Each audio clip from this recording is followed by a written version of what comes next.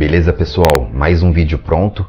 Hoje falaremos sobre 3 locais fantásticos com construções enigmáticas que não podemos explicar direito nem nos dias de hoje.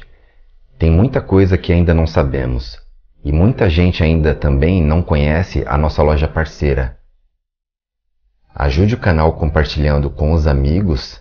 Loja com produtos variados, lindos, de qualidade, com frete grátis para todo o Brasil. Vamos ao vídeo. Teotihuacan. Ruínas antigas em todo o mundo resistiram ao teste do tempo e permanecem de pé para acadêmicos e leigos refletirem e estudarem. Muitos dos métodos usados para criar essas cidades antigas, templos e monumentos, permanecem misteriosos e inexplicáveis. A apresentação de arquivos desses locais não consiste simplesmente em linhas do tempo e suposições convencionais regurgitadas. Incluímos também o que os acadêmicos deixam de fora. Porque há uma infinidade de fatos que não se correlacionam com a linha do tempo da história aceita pela ciência convencional. Mesmo a academia convencional admite que as origens exatas dessa cidade mesoamericana são desconhecidas. No entanto, eles assumiram uma data de origem de aproximadamente 100 anos antes de Cristo. Eles especulam que a cidade foi o lar de 150 mil pessoas de várias culturas mesoamericanas, incluindo o Otomi, Zapoteque, Mixteque, Maia, Nahua, todos quais contribuíram para o que fez de Teotihuacan uma das primeiras grandes cidades. Na véspera do hemisfério ocidental, os astecas, que chegaram muito depois de a cidade ter sido abandonada, deram ao local o seu nome, que se traduz aproximadamente como Cidade dos Deuses, como é conhecida hoje. É claro que várias culturas ao longo da história contribuíram para a complicada construção dessa cidade outrora épica.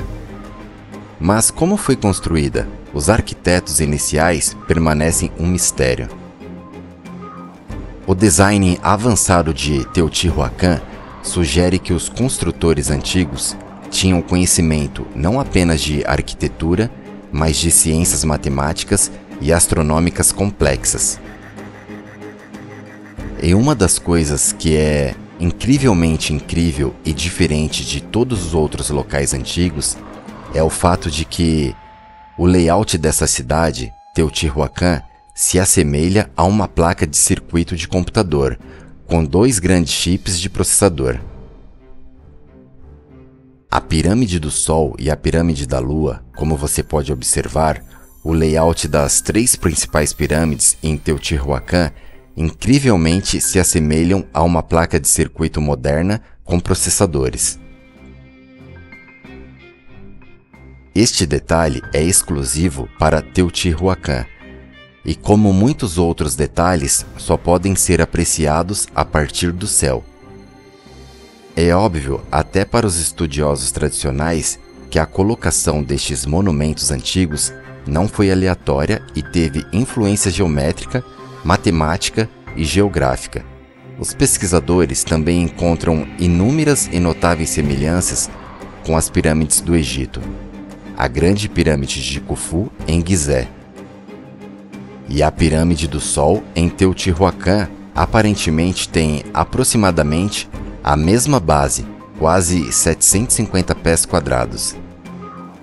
A Pirâmide do Sol tem aproximadamente metade da altura da Pirâmide de Gizé, e o Templo do Sol e o Templo da Lua e o Templo de Quetzalcoatl estão no mesmo alinhamento com o Cinturão de Órion, que é basicamente a formação em que as 3 pirâmides do Planalto de Gizé foram dispostas. Essa pirâmide da serpente, Quetzalcoatl, em 2003 foi descoberto sob ela, um caminho que tem um rio de mercúrio. Estou mostrando aí para vocês na tela. e parece que desconfiam que era para enfeite, para simular o céu, as estrelas, mas eu me lembrei do Templo de Abydos, que atrás dele tem o Osirion, que eles extraíam também de um líquido escuro em determinada época do ano, minérios, que era aquele MFKZT, o pão da vida, né? Que melhorava longevidade e vários outros atributos do ser que consumisse. E será que aqui também eles faziam essa extração desse líquido escuro, mercúrio, que estão dizendo que é hoje, para a produção de MFKZT também? Acharam várias coisas. Se vocês quiserem, eu deixo o link na descrição. Estátuas de jade, que o layout da construção, só para fazer a ligação, né, entre o Egito e Teotihuacan, porque todo mundo fala, a pirâmide é um jeito mais simples de construir, por isso que em todos os continentes, quando começaram a fazer casas, começaram por pirâmides. É até engraçado, né, porque com blocos de 100 toneladas a mais, né, dependendo, a pedra da mulher grávida tem 1.200 toneladas, então vai entender essa facilidade, né? Isso é muito complexo para ser apenas uma coincidência. Você tem uma civilização antiga no Egito e outra no centro do México, separada por mais de 7.000 quilômetros, e ainda construíram seus monumentos em tal alinhamento com a constelação de Órion que deixa pesquisadores, arqueólogos e cientistas confusos. Uma das coisas mais interessantes sobre Teotihuacan é o uso extensivo de mica embutido em inúmeras estruturas. Este mineral é encontrado a 3.000 milhas de distância no Brasil e é encontrado em todos os prédios complexos, habitacionais, templos e ao longo de estradas. Então, basicamente, esse mineral está em toda Teotihuacan. A Pirâmide do Sol continha quantidades consideráveis de mica, em camadas de até 30 centímetros. A mica é estável quando exposta à eletricidade, umidade, luz e extremas temperaturas. Tem propriedades elétricas superiores como isolantes, como dioelétrico, e pode suportar um campo eletrostático enquanto dissipando energia mínima na forma de calor. É termicamente estável a 500 graus Celsius e é resistente à descarga corona. É usado em capacitores que são ideais para alta frequência e radiofrequência. Mica não foi incorporada a essas construções para fins de decoração, porque você não podia ver. Então, este mineral foi obviamente incorporado a estes monumentos para outro propósito. Mais uma semelhança com a Grande Pirâmide de Gizé, que também usava minerais capazes de conduzir eletricidade. Sacsayhuaman. De acordo com a arqueologia convencional, este local data de cerca de 1100 d.C., com algumas seções iniciais que se acredita terem sido construídas pelo Quilik. As pedras são enormes, chegando a 6.000 metros cúbicos de rochas, atingindo até 200 toneladas cada. Pedras de até 200 toneladas. Hoje em dia, na construção civil, guindastes comum para esse tipo de obra aguentam ali 30, 40 toneladas no sufoco. E como será que era a logística para carregar essas pedras, cortar, moldar e encaixar tão precisamente? E misteriosamente dispostas em zigue-zague para propósitos desconhecidos. A precisão de sua construção, que mais inspira tudo além da escala das rochas que são montadas sem qualquer argamassa e são moldadas e encaixadas tão exatamente que não há espaço entre elas. Os incas eram mestres desse estilo mortalis de alvenaria e o implementaram em todo o seu império. O grande problema em argumentar que os incas construíram esta estrutura é o que os próprios incas têm a dizer sobre isso. Eles acreditam que o local foi construído por uma raça anterior, sem nome, de pessoas lideradas por um Deus poderoso que desceu dos céus, um Deus chamado Viracocha, que visitou o povo sul-americano e os abençoou, dando-lhes todo tipo de tecnologia e conhecimento. Para você ver, os historiadores convencionais preferem atribuir essas construções aos incas do que levar em consideração o que eles dizem na história, que não foram eles que já encontraram o complexo assim.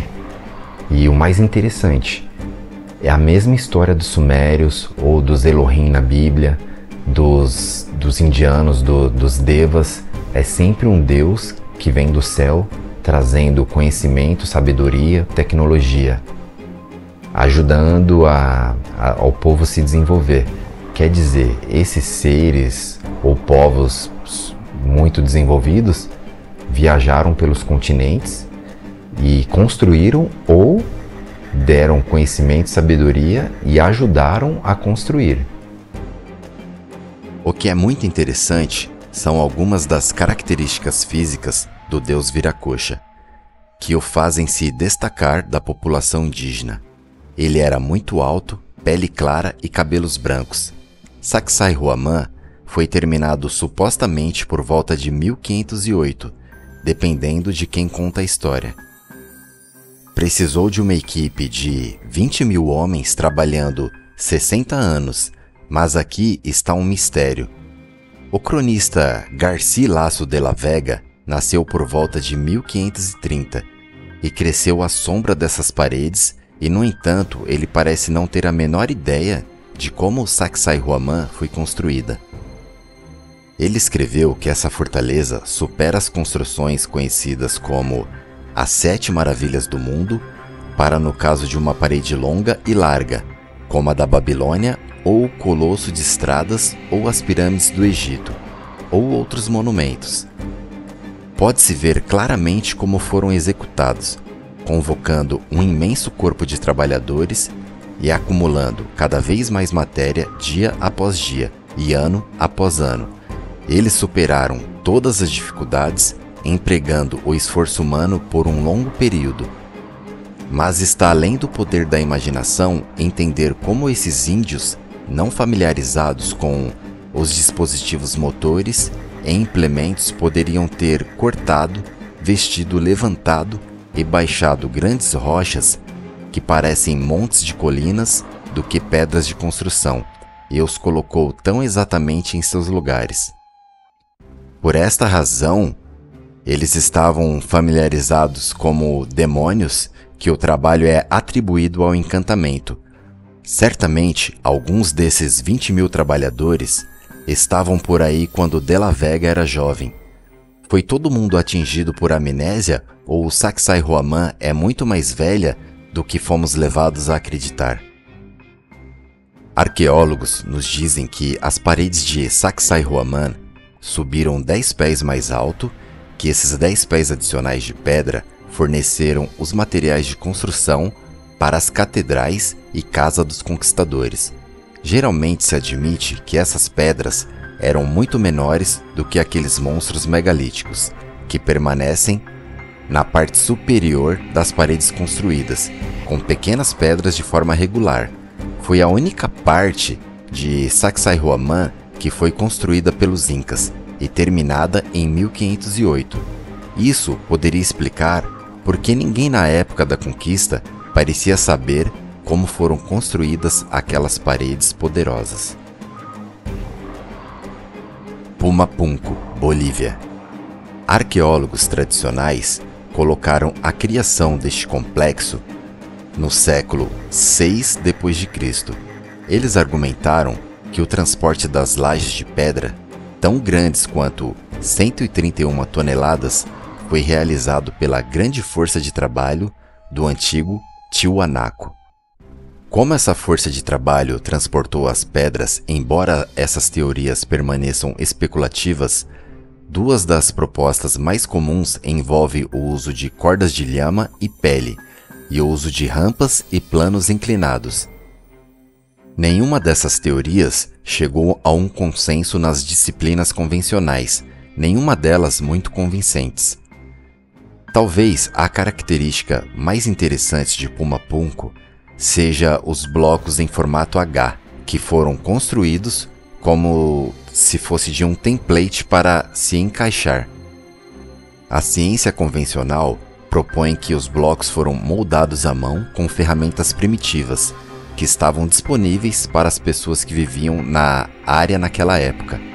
Mas mesmo um breve exame da pedra sugere que algum tipo de ferramenta elétrica de precisão deve ter sido usada para alcançar os resultados.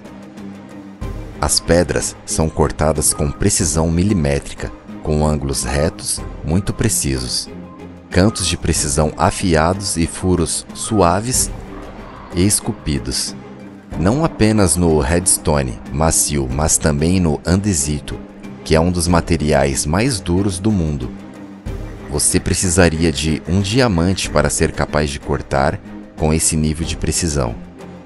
Tal descoberta vai diretamente em face de todos os conceitos dominantes relacionados às antigas habilidades de construção, sem exemplos anteriores de alvenaria em um nível tão sofisticado nem em uma escala tão grande. Deixa alguém se maravilhar com a confiança e habilidade dos designers e pedreiros. Se eu não me engano, foi no ano passado que fizeram testes em laboratórios com essas pedras de Puma Punku e perceberam que elas tinham materiais diversos, não era tipo só andesito ou diorito, pelo menos nessas mais leves. A teoria é que eles moíam essas pedras e faziam um tipo de cimento, e com esse cimento ainda mole, né, eles colocavam varetas, uns bastonetes nos locais que eles queriam os furos. E quando secava, eles retiravam a vareta e os furos estavam ali perfeitos. Porque eles tentaram fazer esses mesmos furos com laser, com broca de diamante, com serra, e nunca se alcançava esse ponto, né, de precisão. É uma teoria bem de fácil aceitação, né? É uma forma fácil de se fazer, assim, entre aspas, né? Se você tem moldes perfeitos, a gente sabe que a gente consegue tirar molde até de estatueta em perfeito estado.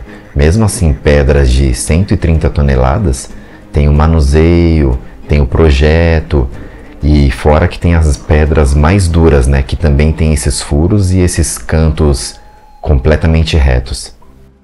O complexo Tiwanaku já foi na costa do Sagrado Titicaca, mas são 12 milhas para o interior. O local é a fonte dos mitos de criação, as ordens sociais e a preocupação sofisticada com a astronomia que informam milhares de anos de cultura andina. O mistério de Tiwanaku é que a geometria de construção de algumas de suas estruturas e os alinhamentos astronômicos dessas estruturas em relação umas com as outras indicam um possível período de surgimento muito mais antigo do que qualquer outro sítio arqueológico monumental na América do Sul. Esses aspectos são geralmente ignorados pela ciência convencional quando fazem a datação do sítio. O autor, Poznański, estudou exaustivamente Tiwanaku por quase 50 anos. Poznański conduziu levantamentos precisos de todas as estruturas principais de Tiwanaku, utilizando as suas medidas das linhas de visão ao longo destes pilares, a orientação celeste dos desvios complexos e propositalmente pretendidos dos pontos cardeais. Poznański foi capaz de mostrar que o alinhamento da estrutura foi baseado num princípio astronômico, princípio chamado a obliquidade da eclíptica. Suas descobertas sugerem fortemente que sua construção inicial foi por volta de 15 mil anos antes de Cristo. A pesquisa foi amplamente desconsiderada pelos acadêmicos tradicionais, o que não é surpresa, porque refuta completamente a idade de 1500 anos atribuída pela datação por carbono da academia. Mesmo com tecnologia moderna, essas estruturas desafiam a lógica e confundem aqueles que procuram desvendar os mistérios que estão dentro delas. Elas são, indiscutivelmente, as ruínas mais antigas da face da Terra. Bom, obrigado por assistir. Se gostou do conteúdo, deixe seu joinha e se inscreva no canal. Até a próxima!